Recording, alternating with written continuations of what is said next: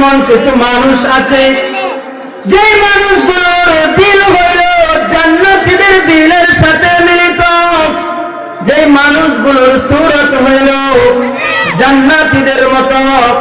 আমি যদিও আমার জীবন গুনাহে ভরপুর, আমার জীবনে কোনো নেক কাজ করতে পারি নাই, বরং সুযোগ পাইলেই আমি গুনাহের দিকে ধাবিত হয়েছি, সুযোগ পাইলেই আমি গুনার দিকে ধাবিত হয়েছি, সুযোগ পাইলেই আমি গুনার কাজ করেছি। যদি এই কলবটার মধ্যে গুনাহ ভরপুর, কিন্তু এমন কলবের সাথে আমার কলব মিলেছে যে কলবটা হলো লৌহে মাহফুজ, হাফেজে কোরআন। আমি হাফেজ না, কিন্তু হাফেজের পিছনে নামাজ পড়লে বড় মজা লাগে। আমি আলেম হইতে পারি নাই, কিন্তু আলেমের চেহারা দেখলে আমার খুব ভালো লাগে।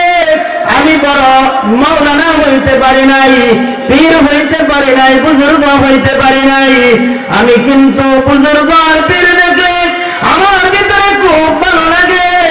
আমি নেককার হইতে পারি নাই, কিন্তু নেককারের চেহারা দেখলে আমার বড় মজা লাগে, আমার বড় মজা লাগে।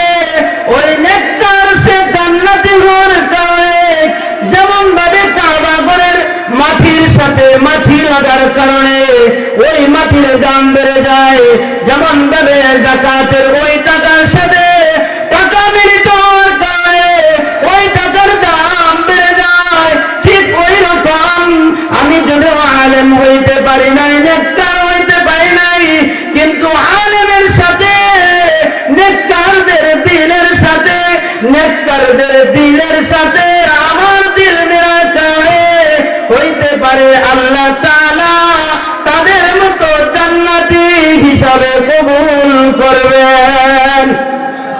কথা কি বুঝতেছেন আমার? কেন এমন আয়োজন করা হয়?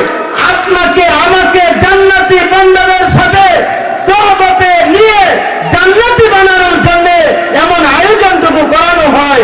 এমন আয়োজন কেন করা হয়? কোরআনের হাফেজদের সাথে আমার জীবনটাকে তাদের সংস্পর্শে এনে তাদের চেহারার সাথে আমার চেহারাকে মিলানোর জন্য এমন কাজ করা হয়।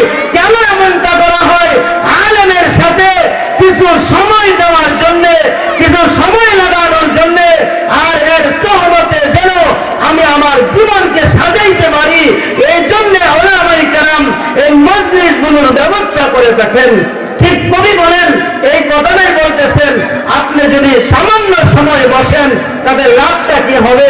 কবি কবির ভাষায় বলতেছেন, সামান্য সময় এক জামানা সোহবতে বা আউলিয়া, এক জামানা সোহবতে বা আউলিয়া, বেহতরাজ সদ সালে তাতে বেরিয়া, এক জামানা সোহবতে বা আউলিয়া,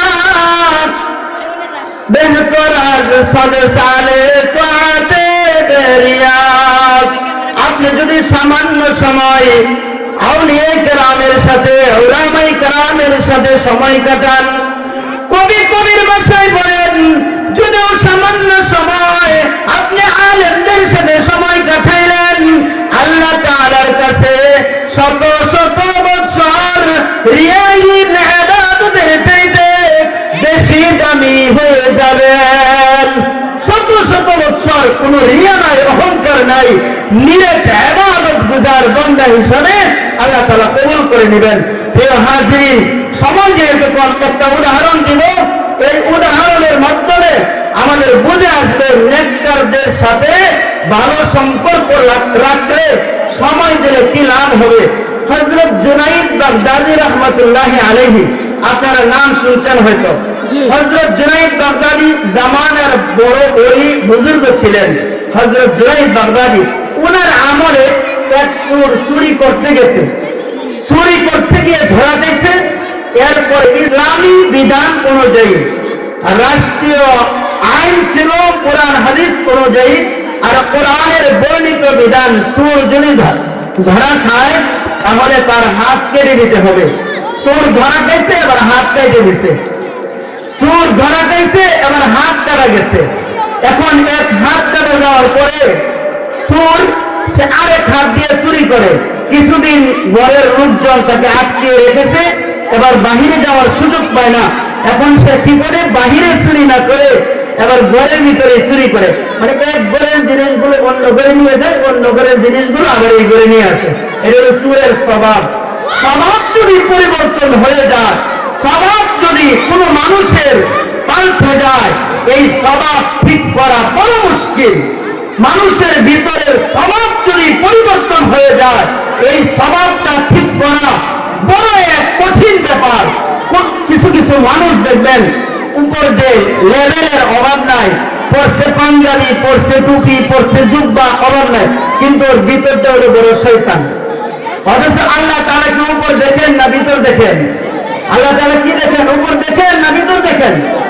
আল্লাহ নবী বলেন, ইন্নাল্লাহা লা ইয়ানজুরু ইলা আজসামিকুম ওয়ালা ইলা সুওয়ারিকুম ওয়ালাকিন ইয়ানজুরু ইলা কুলুবিকুম। আল্লাহ তাআলা মানুষের বডি দেখেন না, মানুষের সুন্দর চেহারা দেখেন না, বরং আল্লাহ তাআলা কোন মানুষটার কলব কিরকম, ওই কলবটা আল্লাহ তাআলা দেখেন। যার কলব সুন্দর হবে, ওই কলবটা আল্লাহ তাআলা গ্রহণ করবেন। মুহতারাম হাজিরিন, বলতেছিলাম চোর চুরি করতে গেছে, হাত কাটা গেছে। জুনাইদ বাগদাদী রাহমাতুল্লাহি আলাইহি আমলে ওই চোরের এক হাত কেটে দেওয়ার পর এবার আরেক হাত দিয়ে চুরি করা শুরু করেছে। কিছুদিন অতিবাহিত হওয়ার পর এবার চোর বারবার তার কলম লড়া দেয়। আগে যেমনি চুরি করতাম, একটু যদি সুযোগ পাইতাম আবারও চুরি করতাম। একদিন হঠাৎ করে এই চোর তার বাড়ি থেকে বের হয়ে গেল চুরি করার উদ্দেশ্যে। কোথায় যাবে চুরি করতে? 1 গ্রাম 2 গ্রাম পার হয়ে এবার চলে গেলেন হযরত জুনাইদ বাগদাদী রাহমাতুল্লাহি আলাইহির বাড়িতে। বড় পীর হযরত জুনাইদ বাগদাদী রাহমাতুল্লাহি আলাইহি এশার নামাজ পড়ে মাত্র বিছানায় পিঠ লাগিয়েছেন। বিছানায় পিঠ লাগিয়ে তাসবিহ নিয়ে আবার তাসবিহ জপতেছেন। কিন্তু ঘরের ভিতরে উনি আওয়াজ করতে পারলেন কেউ যেন ঘরের ভিতরে প্রবেশ করেছে, কোন চোর যেন ঘরের ভিতরে ঢুকেছে। তার জিনিসগুলো যেন সে তার জিনিসগুলো মন মতো একসাথে করতেছে। হযরত জুনাইদ বাগদাদী উনি তো বড় পীর ছিলেন, এই জন্য মনে মনে ভাবতেছেন যে চোর আসছে।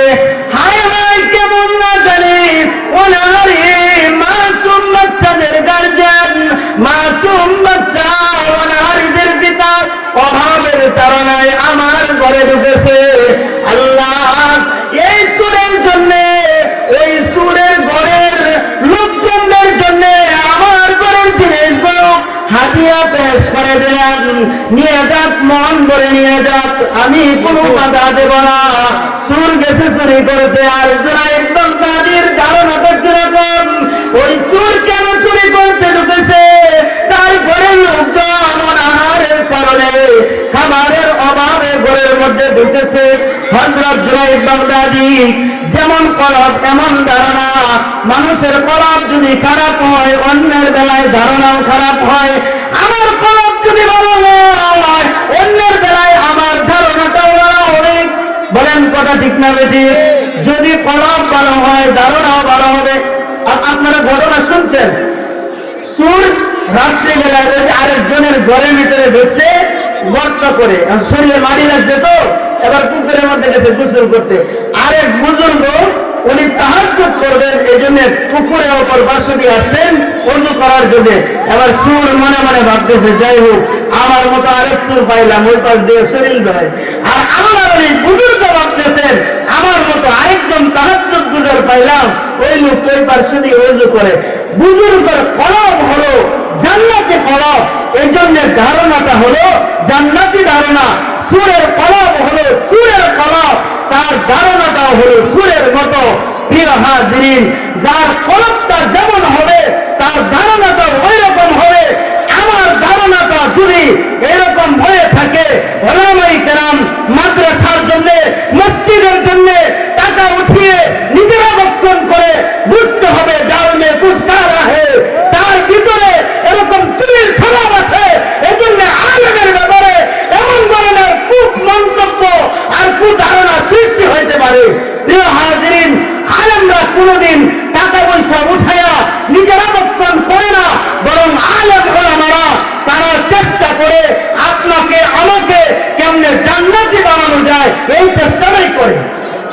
প্রিয় হাজিরিন, আমি বলতেছিলাম হযরত জুনাইদ বাগদাদী রাহমাতুল্লাহি আলাইহি ঘরের ভিতরে চোর ঢুকছে। চোরের ব্যাপারে ওনার ধারণা মনে হয় অনাহারী বাচ্চারা ঘরের মধ্যে আছে, এদের খাবার পায় না, এই জন্য আমার ঘরের মধ্যে ঢুকেছে।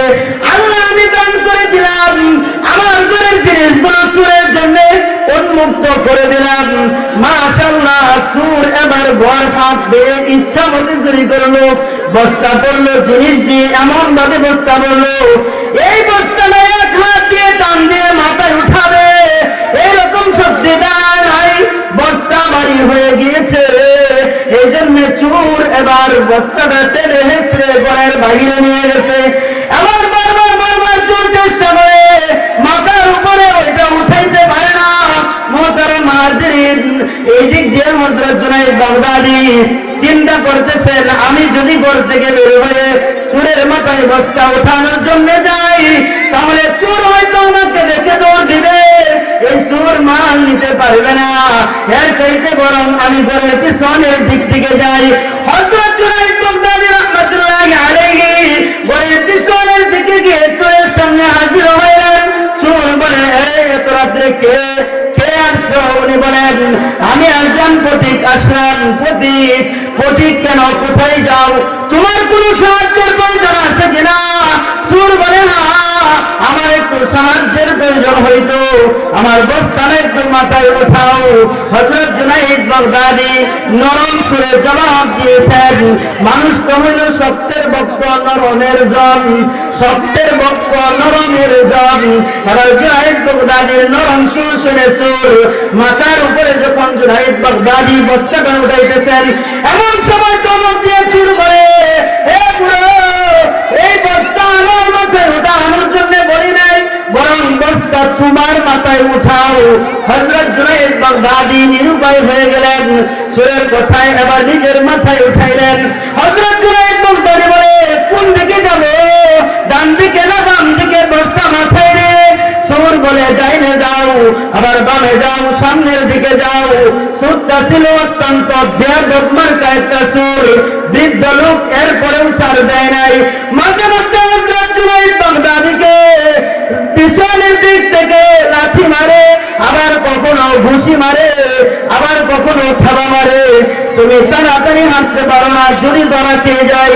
হযরত জুনাইদ বাগদাদী সবরের সাথে, অত্যন্ত ধৈর্যের সাথে নিজেকে কন্ট্রোল করে চোরের বাড়ি পর্যন্ত 1 গ্রাম 2 গ্রাম পার হয়ে এবার চোরের বাড়ির সামনে গিয়ে হাজির হইলেন।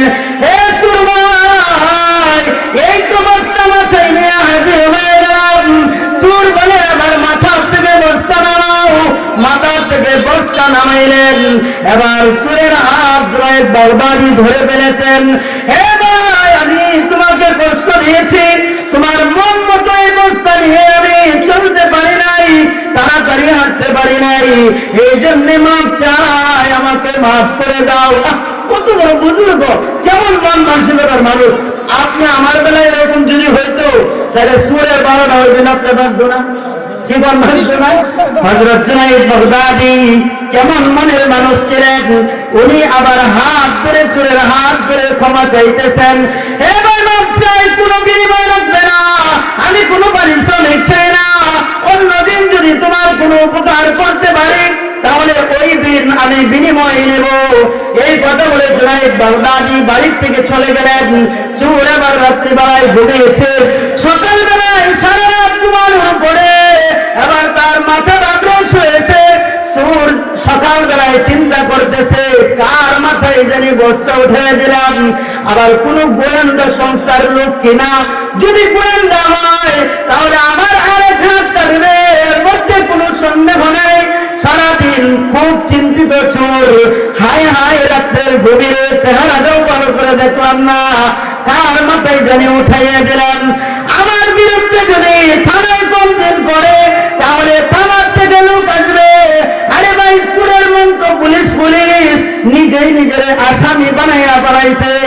বিকাল বেলায় চিন্তা করলো, না ওই বাড়িতে যাওয়ার দরকার, আমার আগমনে কেউ টের পেয়ে ফেলেছে। এই জন্য সে বিকাল বেলায় রুমাল দিয়ে তার মাথাটা এমন ভাবে ঢেকে, চেহারাটা খুব সুন্দর করে ঢেকে বাগদাদির বাড়ির দিকে চলে গেলেন। বিকাল বেলায় দেখেন জুনাইদ বাগদাদির বাড়ির দিকে শত শত মানুষের ঢোল নেমেছে। মাথায় টুপি পরা, পাঞ্জাবি পরা মানুষগুলো কেমন জানি বুজুর্গদের মতো একদলের পরে আরেক দল জুনাইদ বাগদাদির বাড়ির দিকে ঢুকতেছেন। সুর এবার ভাবতেছে, আমি যে রাত্রিবেলায় সব কিছু চুরি করে নিয়ে গেলাম, ওই যে লোকটাকে নিঃস্ব বানাইয়া দিয়ে গেলাম, এলাকার লোকজন মনে হয় খবর পেয়েছে, ওই নিঃস্ব লোকটাকে দেখতে দলে দলে মানুষ আসতেছে। এবার এই চিন্তা করে সামনের দিকে আগায়, সামনের দিকে আগায়। হঠাৎ করে একটা দলকে জিজ্ঞাসা করলেন, হে ভাই, তোমরা এই বাড়িতে দলে দলে কেন যাচ্ছ? তার কারণটা কি? তার কারণটা কি? এই দল বলে, তুমি কি চিনো না এই বাড়ির মালিকটাকে? এই বাড়ির মালিককে তুমি কি চিনো না? চোর বলে, না, আমি তো চিনি না, আমি জানি না। লোকজন বলল, এই বাড়ির মালিক হইল অত্র অঞ্চলের সবচেয়ে বড় পীর। এই বাড়ির মালিক হইল বর্তমান জামানের সবচেয়ে বড় বুজুর্গ। তার নাম হইল আধ্যাত্মিক রাহবার অলিকুল সম্রাট পীর হযরত জুনাইদ বাগদাদির বাড়ি। আমরা তার বাড়িতে দলে দলে যাই আমাদের কলমের চিকিৎসার জন্য। উনি হইলেন আধ্যাত্মিক জগতের একজন ডাক্তার। ওলামায়ে কেরাম আধ্যাত্মিক জগতের ডাক্তার হয়ে থাকে। আপনি যদি আলেমের কাছে যান, আলেমের কাছে সময় দেন, তাহলে আপনার কলমের ময়লা সাফ হয়ে যাবে, আপনার কলমের জম সাফ হয়ে যাবে, আপনার কলমের গুনাহমুক্ত হয়ে যাবে। আর এমন কলমটাকে আল্লাহ তাআলা জান্নাতীদের কলম বানাইয়া দিবেন। প্রিয় হাজিরিন, সময় একদম শেষের দিকে এসে গেছি। মুহতারাম হাজিরিন, হযরত জুনাইদ বাগদাদি রাহমাতুল্লাহ আলাইহি বক্তা বলল, তুমি যেহেতু চিনো না, অতএব তোমাকে ছেড়ে আমরা যাব না, তোমাকে নিয়েই যাব। সুর বলল, আচ্ছা যাওয়ার তো দরকার, যায় মালিকটাকে একটু দেখি উনি আসলে কি করেন। সুর গেল, যাওয়ার পরে দেখে হযরত জুনাইদ বাগদাদি, ওনার সামনে শত শত মানুষ বসা আছে। হযরত জুনাইদ বাগদাদি এলেমের জিকির করতেছেন, এলেমের আলোচনা করতেছেন, জিকিরের তাওকিদ করতেছেন, জান্নাতি কেমনে হওয়া যায় এই নসিহত করতেছেন। সুর তো এবার ভিতরে ভিতরে এমন আক্ষেপ, সর্বনাশ, কি ভুল করে ফেললাম, এমন এক ব্যক্তিকে রাত্রের অন্ধকারে আমি লাঠিও মেরেছি, ঘুষিও মেরেছি, কি কষ্ট না দিলাম, যে লোকটার চক্ষু ভরপুর কোন কন্দনের জলে, যে লোকটার চোখের মধ্যে পানি আর পানি, আমাদেরকে কেমনে ভালো হয়ে যায় এই নসিহত করেন, এমন এক বুজুর্গকে আমি কষ্ট দিয়ে বললাম, না, অবশ্যই অবশ্যই আজকে আমার সময়, আমাকে তওবা করতে হবে এবং হযরতের হাত ধরে মাপ চেয়ে আমাকে ভালো হয়ে যেতে হবে। সমস্ত লোকজন চলে গেলেন। মুহতারাম হাজিরিন, চোর আবার বসে আছে। হযরত আলোচনা শেষ করে লোকজনদেরকে বিদায় দিয়ে নিজের ব্যক্তিগত কিছু নসিহত ছিল, নিজের ব্যক্তিগত কিছু আমল ছিল, এই আমলগুলো শেষ করে যখন ওইটা থেকে বসলেন, এমন সময় চোর এসে হাজির হয়ে গেল। আচ্ছা, মানুষ অসুস্থ হয় দুই ভাবে, একটা হলো দৈহিক অসুস্থতা আর একটা হলো কলবি অসুস্থতা। যদি মানুষ দৈহিক শারীরিক অসুস্থ যদি হয়ে যায়, তাহলে ডাক্তারের কাছে যায় সে চিকিৎসা করার জন্য। এই ডাক্তারের চিকিৎসা করা হলো সুন্নত। কিন্তু কোন মানুষ যদি কলবি অসুস্থতা হয়ে যায়, কলবি অসুস্থতা কি? কলবের মধ্যে এমন রোগ হয়েছে, নামাজ ভালো লাগে না, এবার ওয়াজ মাহফিল ভালো লাগে না, জিকির আজকার ভালো লাগে না, রোজা ভালো লাগে না, এক কথায় নেক কাজগুলো তার ভালো লাগে না, গুনাহের কাজগুলো তার ছাড়তে মন চায় না। এটা হলো কলবি অসুস্থতা। এমন কলবের মধ্যে যদি কাহারও অসুস্থ হয়ে যায়, তাহলে তার কলবের চিকিৎসা করা ফরজে আইন, ফরজ হয়ে যায়। ওইটা তো সুন্নত, আর কলবের অসুস্থতা সারানো এটা হলো ফরজ। ঠিক এই কলবের সুস্থতার জন্য, চিকিৎসার জন্য উলামায়ে কেরাম এই মজলিসের ব্যবস্থাটা করে থাকেন। এখন আপনারা যদি মনে করেন আমি আমার জায়গা থেকে বড় পীর, আমি আমার জায়গা থেকে বড় আউলিয়া, আমি আমার জায়গা থেকে বড় নেককার, আপনি রাত ভর জীবন ভর ঘুমায় থাকেন, তাতে কোনো সমস্যা নাই।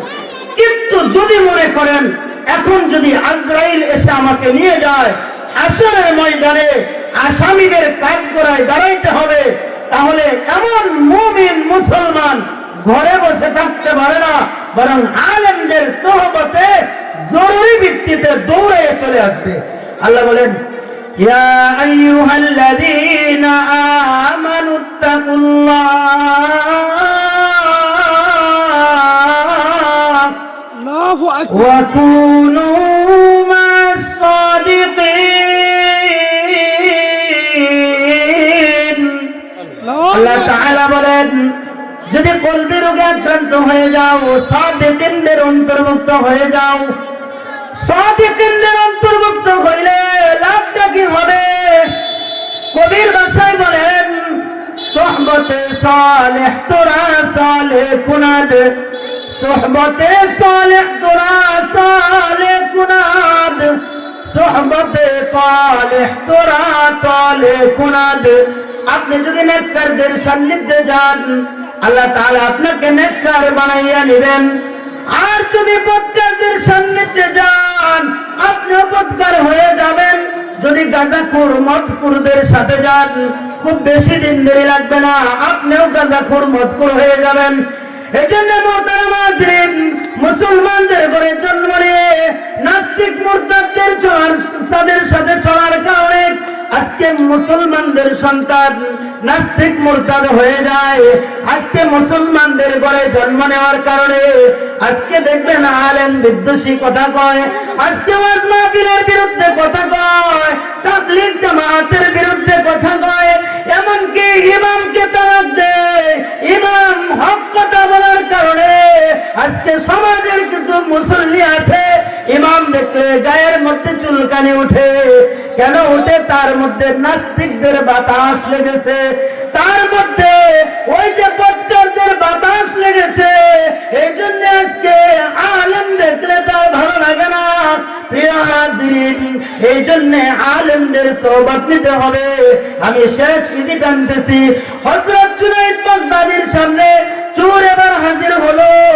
হাজির হয়ে এবার তার মুখ থেকে রুমালটা সরিয়ে ফেললো। হযরত, দেখেন তো, আপনি আমাকে চিনেননি। রাত্রের গভীরে আমি এমন বেয়াদব, যে বেয়াদবটা আপনার সাথে খারাপ আচরণ করেছিলাম। হযরত, আমি বিশাল বড় ভুল করে ফেলেছি। আমি আল্লাহর কাছে তওবা করতেছি। এই যে আপনার পায়ে ধরলাম, মেহেরবানি করে আমাকে মাফ করে দিন। আর জিন্দেগিতে কোনোদিন চুরি করব না, আর জিন্দেগিতে কোনোদিন আলেমদের সাথে বেয়াদবি করব না, আর জিন্দেগিতে কোনোদিন হক্কানি পীর বুজুর্গের সাথে বেয়াদবি করব না। হযরত, মেহেরবানি করে আমাকে তওবা করাইয়া দিন। হযরত জুনাইদ বাগদাদী চোরটাকে তওবা করাইয়া দিলেন। তাতে লাভটা কি হলো? এই যে নেক সান্নিধ্য অর্জন করলেন, লাভটা হইল হযরত জুনাইদ বাগদাদী মৃত্যুর সময় ওই যে হাত কাটা চোরটাকে খেলাফত দিয়ে গেলেন। এমনকি কিতাবের মধ্যে লেখে, হাত কাটা চোর আলেমের সোহবতে আসার কারণে আল্লাহ তাআলা তাকে হাত কাটা ওলি বানাইয়া কবরে নিলেন। সুবহানাল্লাহ। আমি যদি আলেমদের সোহবতে যাই, আলেমদের সাথে ভালো ব্যবহার করি, আলেমদের সাথে সুন্দর আচরণ করি, তাহলে আল্লাহ তাআলা, বুখারীতে হাদিস এসেছে, 100 খুনের আসামিকে আল্লাহ তাআলা ওলি বানায় কবরে নিয়ে গেছেন। সুবহানাল্লাহ। আল্লাহ তাআলা আমাদেরকে আলেমদের সান্নিধ্যে থাকার তৌফিক দান করুন, আলেমদের সাথে সুসম্পর্ক রাখার তৌফিক দান করুন। আল্লাহ তাআলা আজকের এই মাহফিলকে কবুল করুন। সকলে বলি আমিন। ওয়া আখিরু দাওয়ানা আনিল হামদুলিল্লাহি রাব্বিল আলামিন।